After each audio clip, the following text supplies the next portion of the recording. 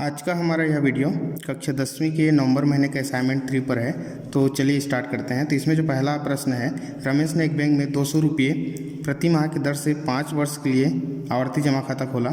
यदि ब्याज की दर 6% वार्षिक हो तो 5 वर्ष के बाद उसे कितनी धनराशि प्राप्त होगी, ये हमको देखना है। तो चलिए इसमें क्या क्या दिया है। देखिए, जो प्रति माह जो जमा है, प्रति माह जो जमा है जिसको हम मूलधन के रूप में ले सकते हैं 1 महीने के लिए, तो इसको हम इस प्रकार मासिक जमा भी लिख सकते हैं। तो मासिक जमा कितना है, 200 रुपये प्रति माह, समय है 5 वर्ष। चूँकि आवर्ती जमा खाता में महीने में काउंट होता है ब्याज, तो 5 वर्ष को 12 से गुणा कर देंगे तो हो जाएगा 12 पंचे 60 माह। और इस प्रकार दर है 6% वार्षिक। चूँकि आवर्ती जमा खाता के लिए ब्याज की जो गणना होती है उसके लिए जो फार्मूला है वो है मासिक जमा गुणित दर बटे में 100 गुणित महीनों की संख्या धन 1 बटे 12। तो इस प्रकार देखिए, मासिक जमा हमको प्रश्न में 200 दिया है, दर है 6% बटे 100 गुणित महीनों की संख्या देखिए यहाँ पर निकाल चुके हैं 12 पंचे 60, तो ये 60 हो गया, और 60 धन 1, महीनों की संख्या धन 1। तो इस प्रकार जब इसको कैलकुलेट करेंगे तो देखिए यहाँ पे ये 0 कैंसिल हो गया, ये 0 कैंसिल। तो इस प्रकार 2 गुणित 6 बचा यहाँ पे, अभी हो जाएगा 12 एकम 12 और 12 पंचे 60। तो इस प्रकार यहाँ पे बचा 5, और ये 60 और 1 को यदि हम जोड़ दें तो ये हो जाता है 61। तो इस प्रकार 2 गुणित 6 गुणित 5 गुणित 61 करेंगे तो हमको मिलेगा 3660 रुपये। तो इस प्रकार यदि उसको लास्ट में जो राशि प्राप्त होगा, देखिए वो क्या होगा। तो उसके लिए हमको क्या करना पड़ेगा, वो जो टोटल 60 महीने तक जमा किया जिसको हम मूलधन कहेंगे, और ये जो हमने ब्याज प्राप्त किया, तो ये हो जाएगा मूलधन के लिए प्रति माह जमा 200 गुणित कितने महीने तक जमा किया 60, और ये ब्याज हो जाएगा। तो 200 गुणित 60 करेंगे तो ये मिलेगा हमको 12,000 रुपये। इस प्रकार 3,660 ब्याज है, जब दोनों को जोड़ेंगे तो 15,660 रुपये मिलेगा। तो पद्मिनी ने जिला सहकारी बैंक में 100 रुपये प्रति माह का 10 वर्ष के लिए आवर्ती जमा खाता खोला। देखिए, ये भी प्रश्न 1 के जैसा ही आवर्ती जमा खाता पे रिलेटेड प्रश्न है। यदि उनके पास ब्याज की राशि 3,025 रुपये प्रदान की जाती है, मतलब 100 रुपये प्रति महीना वह 10 वर्ष के लिए जमा करता है, तो 3,025 रुपया उसको प्राप्त होता है ब्याज। तो ब्याज की दर कितने प्रतिशत वार्षिक होगी। देखिए, इसके पहले हमने ब्याज ज्ञात किया, यहाँ पे हमको क्या ज्ञात करना है, दर ज्ञात करना है कि कितने प्रतिशत दर से वो 100 रुपये प्रति माह जमा करे 10 वर्ष के लिए, तो उसको 3,025 रुपया ब्याज मिले। तो बिल्कुल पहले जैसे ही यहाँ पर भी आप चाहें तो मूलधन की जगह में मासिक जमा लिख सकते हैं। तो ये मासिक जमा 100 रुपये प्रति माह है, समय 10 वर्ष। तो इसको भी महीने के रूप में कन्वर्ट करना है, तो 1 वर्ष में 12 महीना, तो 10 वर्ष में 120 माह हो जाएगा। दर हमको ज्ञात करना है यहाँ पे, और ब्याज दिया हुआ है 3,025 रुपये। पुनः ब्याज का जो फार्मूला है वो है मासिक जमा गुणित दर बटे 100 महीनों की संख्या, और महीनों की संख्या धन 1 बटे में 12। फिर से हम मासिक जमा में 100 रख देंगे, गुणित दर तो हमको ज्ञात करना है बटे में 100 गुणित महीनों की संख्या है 120, और 120 में 1 जोड़ देंगे तो ये हो जाएगा 121 बटे में 12। तो इस प्रकार यहाँ पे देखिए ये 100 और ये 100 कैंसिल हो गया, तो हमारे पास बचेगा 3,025 बराबर, ये बच गया दर गुणित, ये देखिए 12 एकम 12, 12 दहम 120, तो ये बचा 10 गुणित में 121। चूँकि हमको दर का मान ज्ञात करना है, 10 गुणित 121 को इस तरफ 13 गुणा कर देंगे तो ये हो जाएगा 3,025 बटे में 10 गुणित 121। तो इस प्रकार दर बराबर 3,025 बटे में 10 का गुणा किए तो ये हो जाएगा 1210। तो जब हम 3,025 को 1210 से डिवाइड करते हैं तो ये मिलता है 2.5% वार्षिक। तो इस प्रकार इस प्रश्न का जो दर होगा वो 2.5% होगा। श्याम ने 20,000 रुपये 2 वर्ष के लिए सावधि जमा खाते में जमा किया। ध्यान देंगे, ये सावधि जमा खाता है। यदि ब्याज की दर 6% वार्षिक हो तथा ब्याज की गणना जो है छमाही होती है, ब्याज की गणना छमाही होती है, तो नियत तिथि पश्चात कितनी राशि मिलने वाली है। तो सबसे पहले हम क्या करेंगे, मूलधन हम 20,000 रुपये लिख दिए जो भी दिया है, समय है 2 वर्ष, और दर कितना दिया हुआ है 6% वार्षिक दिया हुआ है। इस प्रश्न में आप ध्यान देंगे कि ब्याज की गणना 6 महीना होता है। 6 महीना मतलब प्रत्येक 6 महीना में ब्याज की गणना होगी, मतलब साल में कितने बार होगा, 2 बार। तो ध्यान देंगे, जब भी ब्याज की गणना छमाही होती है तो जो समय दिया रहता है उसमें हम 2 से गुणा करते हैं। तो 1 साल में 2 बार, तो 2 साल में कितने बार ब्याज की गणना होगी, 4 बार। तो इस प्रकार 2 का गुणा करेंगे तो 2 दूनी 4 छमाही हो जाएगा। चूँकि हम समय को 2 से गुणा कर रहे हैं तो ये जो दर है वो भी 2 से क्या हो जाएगा, डिवाइड हो जाएगा। ध्यान देंगे, 6 महीना में चूँकि हम ब्याज की गणना कर रहे हैं, तो साल भर में यदि हम 6 रुपया ब्याज है तो 6 महीना में कितना हो जाएगा, उसका आधा, इसलिए हम उसको 2 से डिवाइड करेंगे, और ये 3% छमाही हो जाएगा। अब चूँकि सावधि जमा खाता में हम डायरेक्ट मिश्र धन ज्ञात करते हैं इसमें, तो ये जो मिश्र धन का जो फार्मूला होता है वो होता है मूलधन गुणित 1 धन दर बटे 100 घात में समय होता है। तो अब ध्यान देंगे, ये जो दर और समय है जो प्रश्न में दिया है उसको ना लिख करके हम 4 छमाही और 3% छमाही लिखेंगे। तो मूलधन 20,000 रुपये, दर हम लिख दिया यहाँ पे 3%, छमाही और समय हो गया 4। जब इसको हम हल करेंगे तो हर समान करने के लिए देखिए 1 के साथ 100 को गुणा करेंगे तो हो जाएगा 100 एकम 100 धन 3 बटे में 100 और पूरे घात में 4।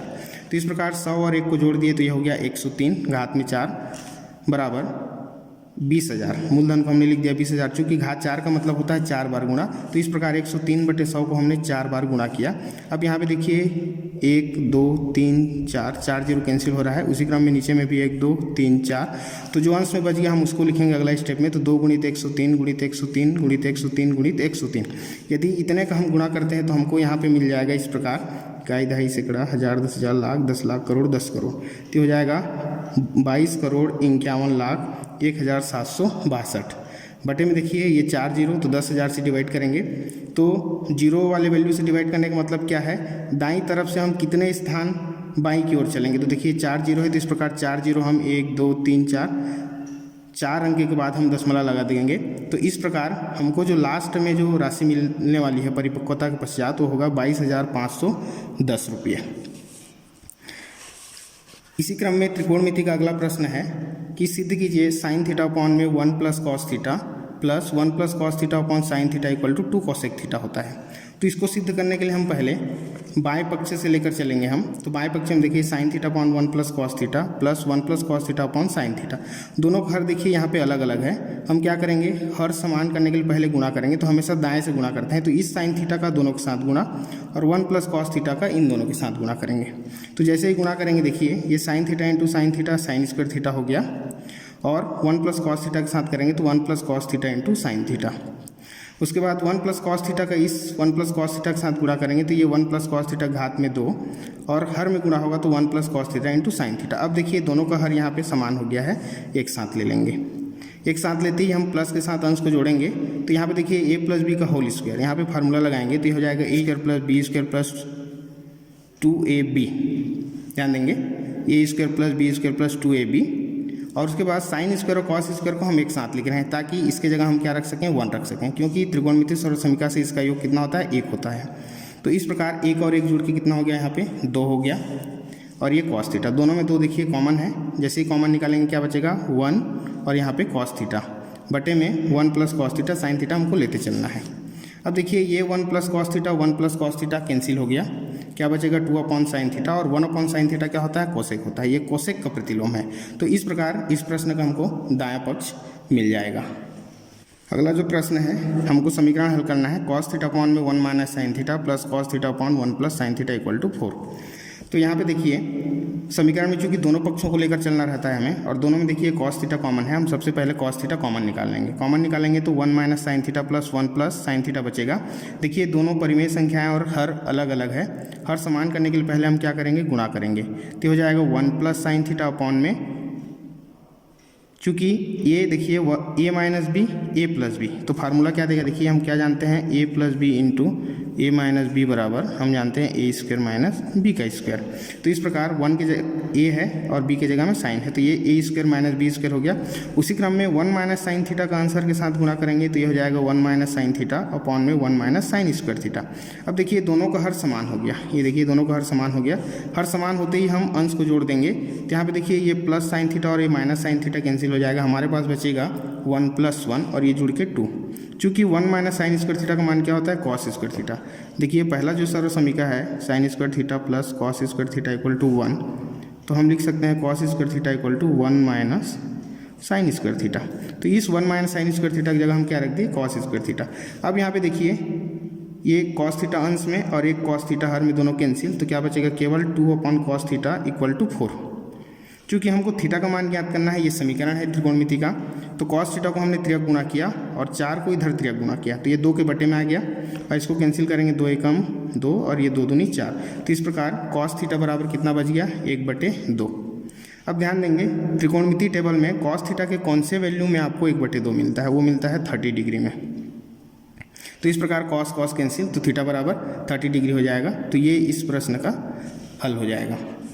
अगला जो त्रिकोणमिति के रूप में एक पूरक कोण वाला फॉर्म दिया हुआ है, कि मान ज्ञात कीजिए 2 cos 67 डिग्री अपॉन में sine 23 degree plus tan 40 degree upon cot 50 degree plus cos 0 degree. तो हमको क्या करना है, देखिए साइन का पूरक कोण cos होता है, tan का पूरक कोण cot होता है, तो हम cos को उसके पूरक कोण के रूप में कन्वर्ट कर देंगे। तो कन्वर्ट करने के लिए हम क्या करेंगे, देखिए इसमें एक अच्छा सा ट्रिक दिया रहता है कि उसी के बटे में जो वैल्यू दिया रहता है, देखिए यदि हम 67 और 23 को ऐड करते हैं तो हमको दोनों पूरक कोण मिलेंगे, क्योंकि दोनों का योग 90 अंश होता है, तो हमको उसी के रूप में बदल देना है। अर्थात यदि हम 67 को एक और रूप में लिखना चाहें तो इसको हम 90 ऋण 23 लिख सकते हैं। उसका नीचे वाला जो वैल्यू है वो हिंट दिया रहेगा, तो 90 में हम 23 घटाएंगे तो जाहिर सी बात है हमको 67 मिलेगा। उसी क्रम में tan 40 को हम लिख सकते हैं 90 ऋण 50। क्यों? क्योंकि नीचे में देखिए यहाँ पर भी हिंट दिया हुआ है कि ये 50 के रूप में कन्वर्ट होने वाला है। तो चूंकि cos का जो पूरा कोण होता है वो साइन होता है, तो cos 90 माइनस 23 क्या हो जाएगा, साइन 23 हो जाएगा। देखिए इस प्रकार साइन 90 माइनस थीटा होता है cos थीटा, और इसी क्रम में cos 90 माइनस थीटा होता है साइन थीटा। देखिए थीटा की जगह कितना दिया हुआ है 23। उसी क्रम में tan 90 माइनस 50 को यदि हम करें तो ये हो जाएगा cot 50 और ये cot 50। तो इस प्रकार साइन 23 कैंसिल, cot 50 कैंसिल, तो हमारे पास बचेगा 2 × 1 प्लस यहाँ पर भी 1 और ये 1। तो इस प्रकार 2 एकम 2 धन 1 धन 1, तो ये 2 धन 1 और 1 जुड़ के कितना हो गया 4।